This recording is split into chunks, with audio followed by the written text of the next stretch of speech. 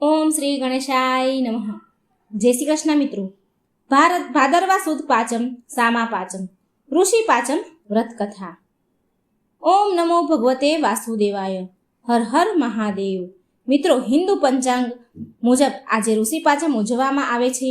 ધાર્મિક શાસ્ત્રોમાં ભાદરવા મહિનાની શુક્લ પક્ષની પંચમીના દિવસે સપ્ત ઋષિની પૂજા કરવાનો અને ઉપવાસ કરવાનો મહત્વનો ઉલ્લેખ કરવામાં આવ્યો છે.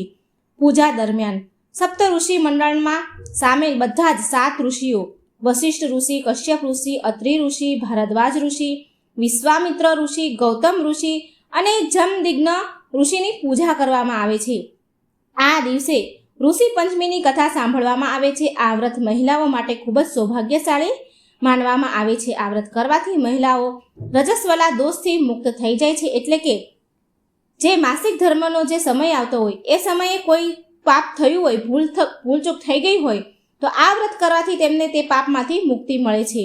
એવી માન્યતા છે કે જો ઋષિ પંચમીના દિવસે શ્રદ્ધાપૂર્વક વ્રત કરીને કથા કરવામાં કે સાંભળવામાં આવે તો જીવનના બધા જ દુઃખ દૂર થઈ જાય છે. એમ તો ભક્તો ઋષિ પંચમીના દિવસે ફક્ત એક જ કથા સાંભળે છે, પરંતુ આજે આપણે સપ્ત ઋષિ પંચમીની એટલે કે સામા પાંચમની 7 કથાઓ, ફળદાયી કથાઓ સાંભળશું. માટે વિનંતી છે કે આ કથાને પૂરા અંત સુધી સાંભળજો, જેથી તમને પણ સંપૂર્ણ શુભ ફળની પ્રાપ્તિ થાય. તો ચાલો આપણે 7 સંપૂર્ણ કથાનું સાંભળીએ. પૂરા મનથી, હૃદયથી, શ્રદ્ધાથી મિત્રો આ કથા સાંભળજો અને વિડીયો સારો લાગે તો શેર પણ જરૂર કરજો. આ 7 કથાઓ સાંભળવાથી સમસ્ત પાપ નષ્ટ પામે છે. પહેલાં તમને બધાને વિનંતી છે કે જો આ ચેનલમાં તમે હજુ નવા છો તો ચેનલ સબસ્ક્રાઈબને જરૂર કરી દેજો અને વિડીયો સારો લાગે તો લાઈક શેર પણ જરૂર કરી દેજો. કોમેન્ટ બોક્સમાં ભગવાનનું નામ પણ તમે જરૂર કરજો, જેથી પ્રભુની કૃપા આપણા પર સૌ પર હંમેશા બની રહે. હવે આપણે સાંભળીએ પહેલી કથા સાંભળીશું. તેને ધ્યાનથી સાંભળજો. એક સમયની વાત છે. એક નગરમાં એક બ્રાહ્મણી તેની પત્ની સાથે, બ્રાહ્મણ તેની પત્ની સાથે રહે.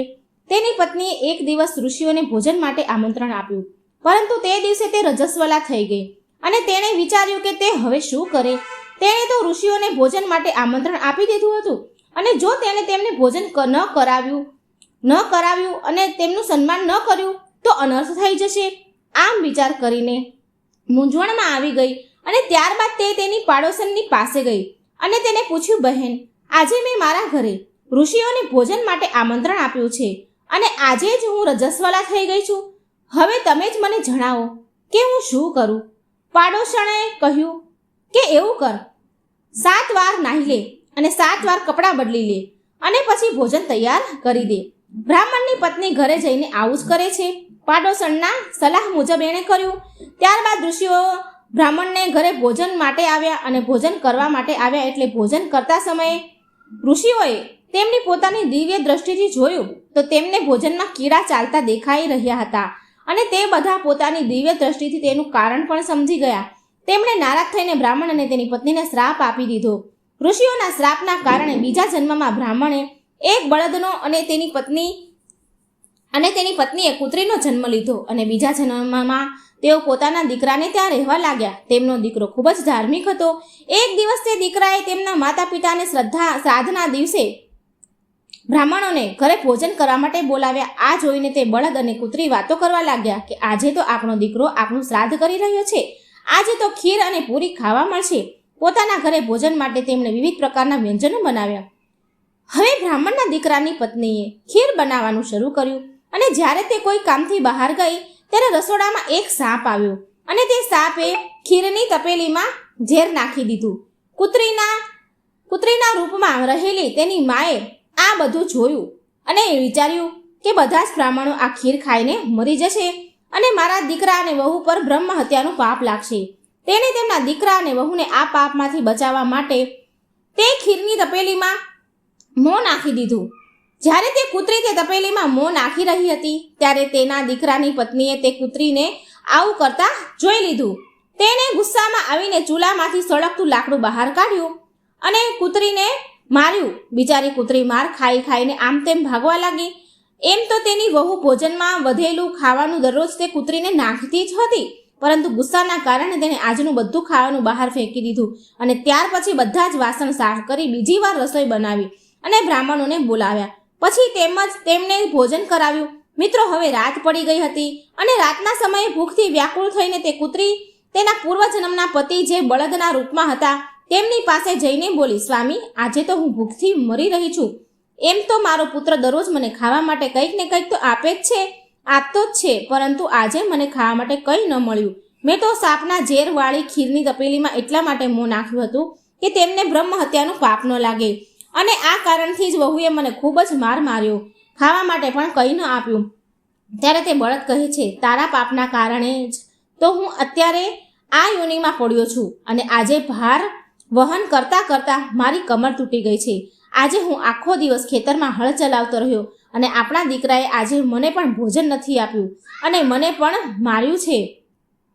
આપણને આ પ્રકારનું કષ્ટ આપીને તેણે આ શ્રાદ્ધને નિષ્ફળ કરી દીધું છે. મિત્રો, તેમના માતા પિતાની આ વાતને તેમના દીકરાએ સાંભળી લીધી અને તે તેમના દુઃખથી ખૂબ જ દુઃખી થયો અને તેણે તે સમયે તે બંનેને પેટ ભરીને ભોજન કરાવ્યું અને પછી તે દુઃખી થઈને વનમાં જતો રહ્યો. વનમાં જઈને તેણે ઋષિઓને પૂછ્યું, હે ઋષિવર, મને જણાવો કે મારા માતા પિતા કયા કર્મના કારણે આ નીચ યોનિમાં જન્મ્યા છે અને તેમને કયા પ્રકારેથી હવે આ યોનિમાંથી છુટકારો મળી શકશે. ત્યારે ઋષિ બોલ્યા, તું તારી પત્ની સાથે મળીને ઋષિ પાંચમીનું વ્રત કર અને તેનું ફળ તમારા માતા પિતાને આપો. ઋષિ કહે છે એ મુજબ ભાદરવા મહિનાની શુક્લ પક્ષની પંચમીના દિવસે તેણે પવિત્ર નદીમાં પાણીમાં સ્નાન કરીને નવા રેશમી કપડાં પહેરીને સપ્ત ઋષિઓનું પૂજન કર્યું અને બધું જ પૂર્ણ તેણે પોતાની પત્ની સાથે મળીને વિધિ વિધાન મુજબ કર્યું અને તેનું પુણ્ય પોતાના માતા પિતાને આપી દીધું. તેના ફળ સ્વરૂપે તે બ્રાહ્મણના માતા પિતા પશુઓની યોનિમાંથી છૂટી ગયા. વ્રત પૂરું થતાં જ આકાશમાંથી વિમાન આવ્યું. તે બળદ સુંદર પુરુષ અને તે કુતરી સુંદર સ્ત્રીના રૂપમાં આવી ગયા અને બંને વિમાનમાં બેસીને સ્વર્ગમાં જતા રહ્યા. હે ઋષિ ભગવાન, જેવા તે બ્રાહ્મણ પતિ પત્નીને દોષ દૂર કર્યા તેવા જ બધાના દોષ દૂર કરજો. જેવી રીતે તેમને મોક્ષ આપ્યો એવી જ રીતે બધાને મોક્ષ આપજો. મિત્રો, હવે આપણે સાંભળીએ ઋષિ પંચમીની બીજી કથા. માટે આ કથાને ધ્યાનપૂર્વક સાંભળજો. ઘણા સમયની પહેલાની વાત છે. વિદર્ભ દેશમાં એક સદાચારી બ્રાહ્મણ રહેતો હતો. તેની પત્ની ખૂબ જ પતિવ્રતા હતી, જેનું નામ સુશીલા હતું. તે બ્રાહ્મણને એક પુત્ર અને પુત્રી એમ બે સંતાન હતા. લગ્નની ઉંમર થતાં જ તેણે પોતાની દીકરીનું એક સંસ્કારી દીકરા સાથે લગ્ન કરાવી દીધા. પરંતુ દેવી યોગના કારણે તેમની દીકરી થોડા દિવસમાં વિધવા થઈ ગઈ. તે દુઃખી બ્રાહ્મણ અને તેની પત્ની પોતાની દીકરી સાથે ગંગા નદીના તટ પર એક ઝૂંપડી બનાવીને રહેવા લાગ્યા. અને એક દિવસ બ્રાહ્મણીની દીકરી સૂઈ રહી હતી ત્યારે તેનું શરીર કીડાઓથી ભરાઈ ગયું. તે દીકરીએ બધી જ વાત તેની માને જણાવી. તે દીકરીની માએ બધી વાત તેના પતિને જણાવી અને પૂછ્યું, હે પ્રાણનાથ, આપણી દીકરીની આવી ગતિ થવાનું કારણ શું છે? ત્યારે બ્રાહ્મણે સમાધિમાં જઈને આ ઘટનાની જાણકારી મેળવી અને કહ્યું કે ગયા જન્મમાં આપણી દીકરી બ્રાહ્મણી હતી. તેણે રજસ્વલા થતાં તે વાસણોને અડી લીધા હતા અને આ જન્મમાં પણ તેણે લોકોની દેખાદેખીમાં ઋષિ પંચમીનું વ્રત પણ નથી કર્યું. એટલા માટે તેના શરીરમાં કીડા પડ્યા છે. હિન્દુ ધર્મશાસ્ત્રમાં વર્ણન કરવામાં આવ્યું છે કે રજસ્વલા સ્ત્રી પહેલા દિવસે ચંડાલીની, બીજા દિવસે બ્રહ્મઘાતીની અને ત્રીજા દિવસે ધોબણની જેમ અપવિત્ર હોય છે. તે ચોથા દિવસે સ્નાન કરીને શુદ્ધ થઈ જાય છે અને જો તે શુદ્ધ મનથી હજુ પણ ઋષિ પંચમીનું વ્રત કરે તો તેના બધા જ દુઃખ દૂર થાય, દોષ દૂર થાય અને બીજા જીવનમાં તેને અટલ સૌભાગ્ય, અખંડ સૌભાગ્યની પ્રાપ્તિ થશે. પિતાજીની આજ્ઞાથી તે દીકરીએ વિધિપૂર્વક ઋષિ પંચમીનું વ્રત અને ઉપવાસ કર્યા. વ્રતના પ્રભાવથી તે બધા જ દુઃખથી મુક્ત થઈ. બીજા જન્મમાં તે અખંડ સૌભાગ્યવતી સાથે બધા સુખોની પ્રાપ્તિ થઈ તેને. તે ભગવાન જેવી રીતે તમે બ્રાહ્મણીની દીકરી પર કૃપા કરી તેવી રીતે બધા પર કૃપા કરજો. બધાને દોષ મુક્ત કરજો, બધાનું કલ્યાણ કરજો. મિત્રો, હવે આપણે સાંભળીશું ઋષિ પંચમીની ત્રીજી કથા. મિત્રો, એક દિવસની વાત છે. એક ગામમાં એક ગરીબ માં અને દીકરો રહેતા હતા. ભાદરવો મહિનો આવ્યો અને ઋષિ પંચમી આવી. ત્યારે દીકરો બોલ્યો, હું મારી બહેન પાસે રાખડી બંધાવવા માટે જઈશ. ત્યારે માં બોલી, દીકરા, આપણે ગરીબ છીએ અને તારી બહેન ખૂબ જ અમીર છે. જો તું તેના ઘરે જઈશ તો તેને ભેટમાં શું આપીશ? ત્યારે દીકરો બોલ્યો, માં, હું લાકડા વેચીશ અને લાકડા વેચવામાંથી જે પૈસા મળશે તેને લઈને હું મારી બહેનના ઘરે જઈશ. આવું કહીને તે દીકરાએ લાકડા ભેગા કરવાનું શરૂ કર્યું અને તેને વેચીને પૈસા ભેગા કરીને તે ભાઈ પોતાની બહેનના ઘરે જવા રવાના થયો. જ્યારે તે બહેનના ઘરે પહોંચ્યો ત્યારે તે બહેન સૂતર કાંતી રહી હતી. તેણે જોયું કે તેનો ભાઈ આવ્યો છે, પરંતુ સૂતરનો તાર વારંવાર તૂટી રહ્યો હતો. તે તેને જોડવામાં વ્યસ્ત થઈ ગઈ. ભાઈએ વિચાર્યું કે મારી અમીર બહેનના મનમાં મારા માટે કોઈ પ્રેમ નથી રહ્યો અને તે પાછો જવા લાગ્યો. એટલામાં બહેને સૂતરનો તાર જોડાઈ ગયો અને પછી તે બહેન દોડીને તેના ભાઈ પાસે ગઈ અને કહેવા લાગી, હું તો તમારી જ રાહ જોઈ રહી હતી. સૂતરનો તાર વારંવાર તૂટી રહ્યો હતો, એટલા માટે હું તમારી સાથે વાત ન કરી શકી. ત્યારબાદ બહેને પોતાના ભાઈને પાટલા પર બેસાડ્યો અને રાખડી બાંધી અને પછી ભાઈએ બહેનને ભેટ આપી. ખુશીથી પાગલ થયેલી બહેન પાડોશનને પૂછવા ગઈ કે ઘરમાં કોઈ મહેમાન આવે તો તેના માટે શું રસોઈ બનાવવી જોઈએ. પાડોશણે કહ્યું કે ઘીની અંદર ભાત રાંધીને બનાવો અને તેમાં તેલનો વઘાર કરજો. બહેન ખુશીથી પાગલ હતી. જેવું પાડોશણે કહ્યું તેવું જ તેણે કર્યું, પરંતુ 2 કલાકનો સમય પસાર થઈ ગયો. ભાઈએ કહ્યું, મને ખૂબ જ ભૂખ લાગી છે. ત્યારે બહેન બોલી, મેં ભાત રાંધી દીધા છે, પરંતુ 2 કલાક થઈ ગયા છે અને તે હજી સુધી બન્યા નથી. બહેન તેના ભાઈને પાડોશનની કહેલી બધી જ વાત કહી સંભળાવી. ત્યારે ભાઈ બોલ્યો, બહેન, શું ક્યારેય ઘીમાં ભાત બને? તું દૂધ લાવ અને ખીર બનાવ. બહેને ખીર બનાવી, બધાને ભોજન કરાવ્યું. સવારમાં વહેલા ભાઈને જવાનું હતું, ત્યારે બહેને રાત્રે જ લાડુ બનાવીને ઘઉંને દળ્યા અને લાડુ બનાવીને ભાઈને ભાતું બાંધી આપ્યું અને વહેલી સવારે ભાઈ પોતાના ઘરે જવા રવાના થઈ ગયો. ત્યારબાદ તેની બહેનના બાળકો ઉઠ્યા અને કહેવા લાગ્યા, અમને પણ લાડુ આપો માં. જ્યારે બહેને તેના બાળકોને આપવા માટે લાડુ તોડ્યા ત્યારે તેમાંથી સાપના નાના નાના ટુકડા નીકળ્યા. તે તરત જ તેના ભાઈને પાછળ દોડી. ઘણા દૂર ગયા પછી તેને પોતાનો ભાઈ મળ્યો. ત્યારે તેના ભાઈને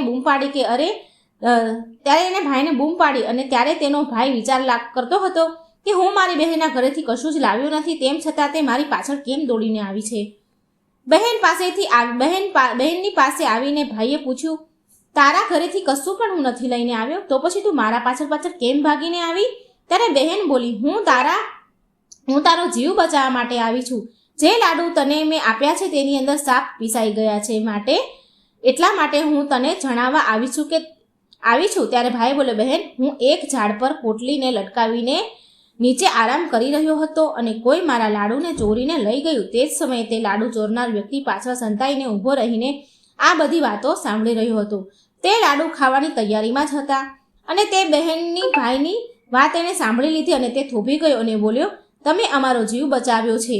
આજથી તું મારી ધર્મની બહેન છે. ને ત્યારે તે ચોર લોકોએ લાડુને જમીનમાં દાટી દીધા અને તે બહેન તેના ભાઈને લઈને પાછી ઘરે આવી અને ત્રીજા દિવસે ભાઈએ તેના ઘરેથી વિદાય લીધી.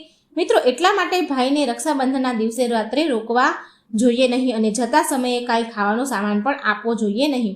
હે ભગવાન, જેવી રીતે તમે બહેનના ભાઈની રક્ષા કરી તેવી બધાની રક્ષા કરજો. મિત્રો, આ હતી ઋષિ પંચમીની ત્રીજી કથા.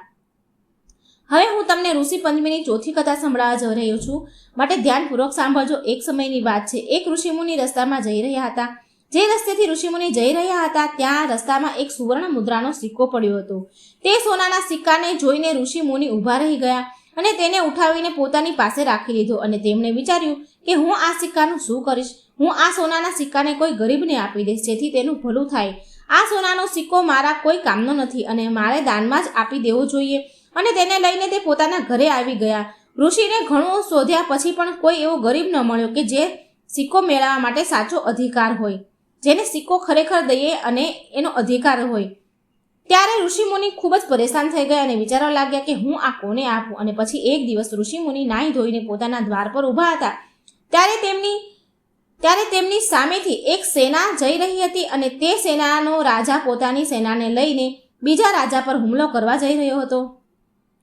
ત્યારે તે રાજાએ પોતાની સેનાને રોકી લીધી અને બોલ્યો, આપણે ઋષિમુનિના આશીર્વાદ લેવા જઈએ. આશીર્વાદ લેવાથી આપણે આ યુદ્ધ જીતી જઈશું. ત્યારબાદ રાજા આશીર્વાદ લેવા માટે ઋષિમુનિ પાસે ગયા અને પછી તેમના આશીર્વાદ લીધા. ઋષિમુનિએ વિચાર્યું કે હું આ સોનાનો સિક્કો આ રાજાને જ આપી દઉં.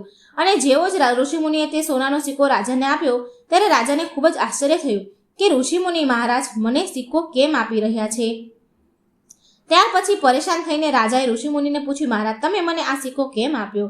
હું તો રાજા છું. ત્યારે ઋષિમુનિ કહે છે કે તમે બીજા રાજ્ય પર વિજય પ્રાપ્ત કરવા જઈ રહ્યા છો અને તમારી પાસે તો પહેલાથી જ આટલું મોટું રાજ્ય છે અને તેમાં છતાં પણ તમારે બીજા રાજ્યની જરૂર પડી ગઈ છે.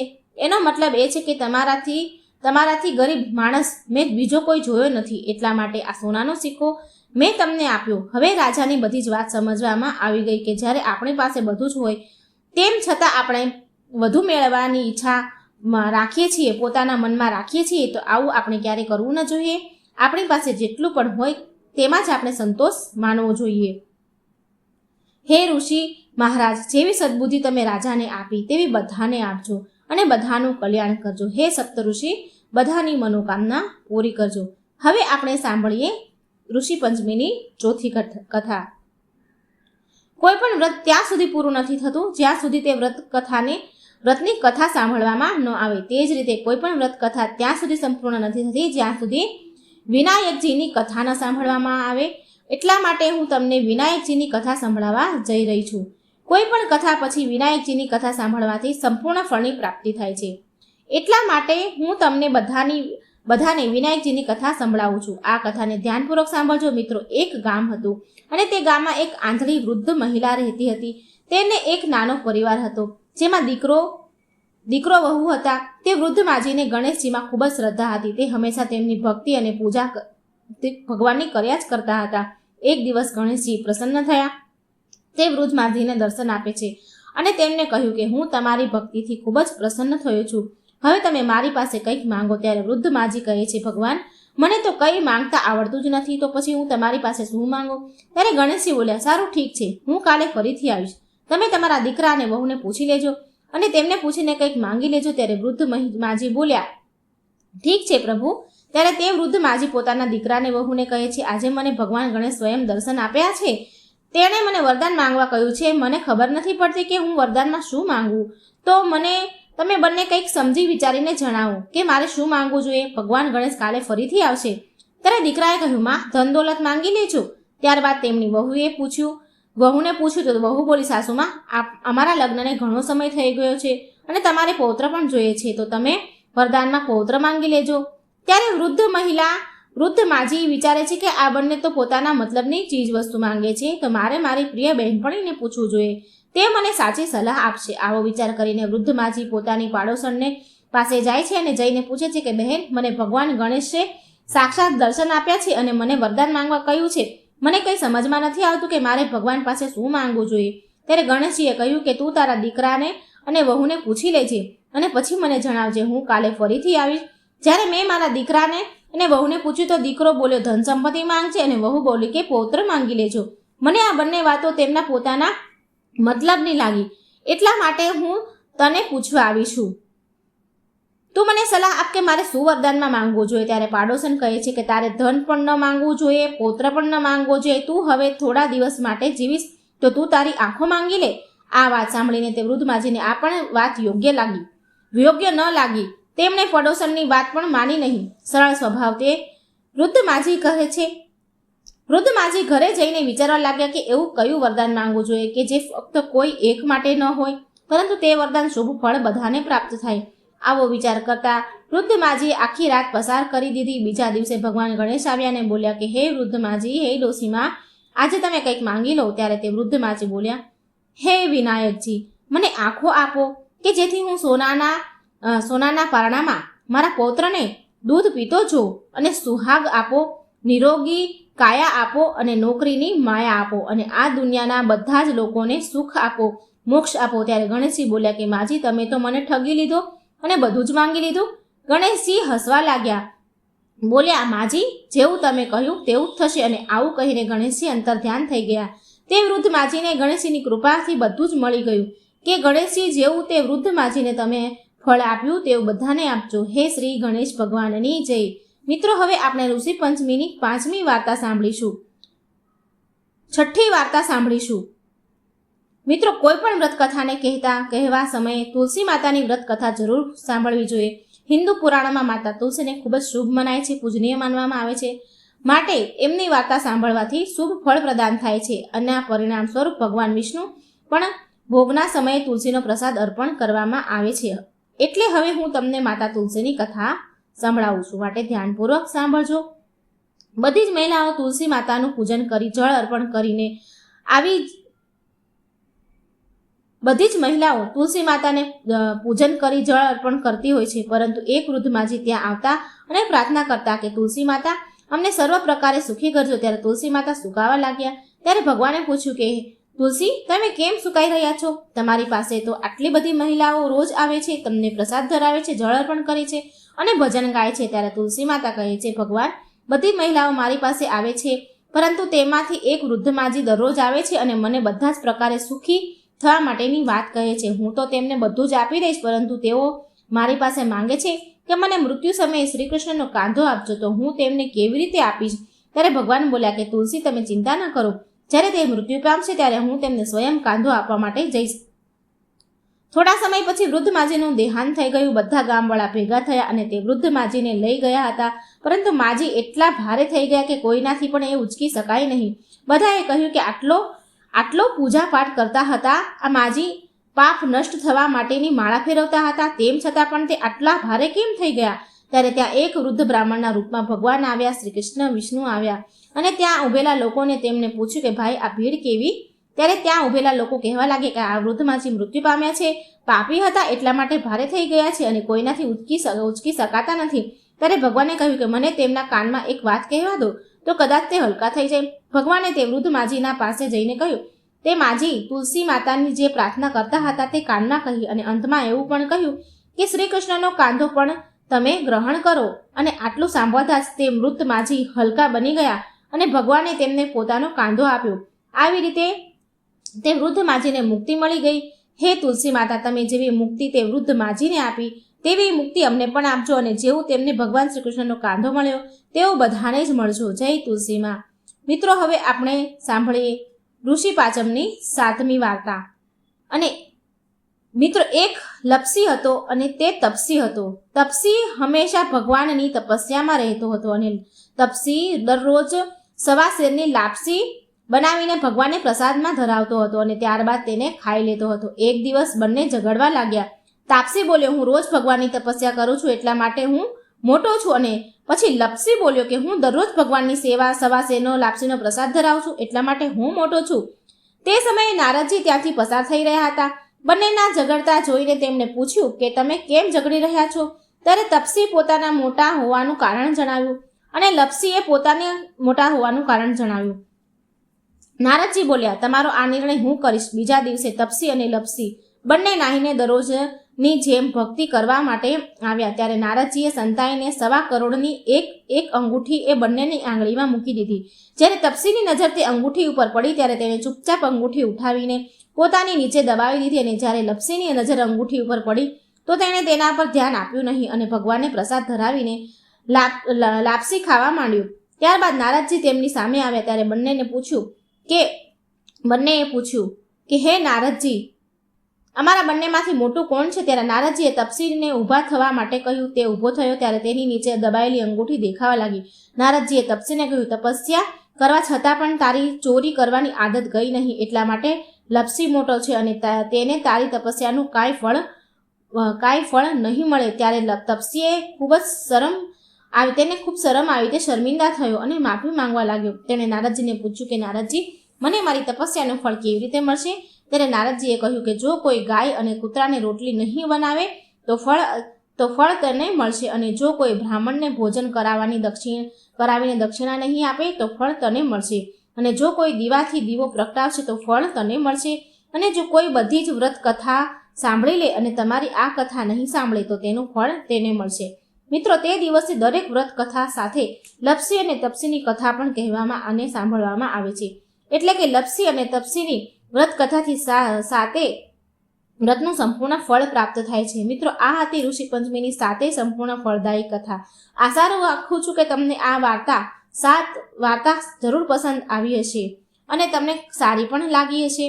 તો મિત્રો, વિડીયો લાઈક કરજો, શેર કરજો, જેથી તમને આવી જ સરસ ભગવાનની વ્રત કથાઓ, ભગવાનની પૌરાણિક કથાઓ, શાસ્ત્રોની વાર્તાઓ સાંભળવા મળે અને પુણ્ય પ્રદાન થાય. તો મિત્રો, વાર્તા સારી લાગે તો શેર કરજો અને ચેનલને સબસ્ક્રાઈબ પણ જરૂર કરજો. જય શ્રી કૃષ્ણ. રાધે રાધે. Thank you.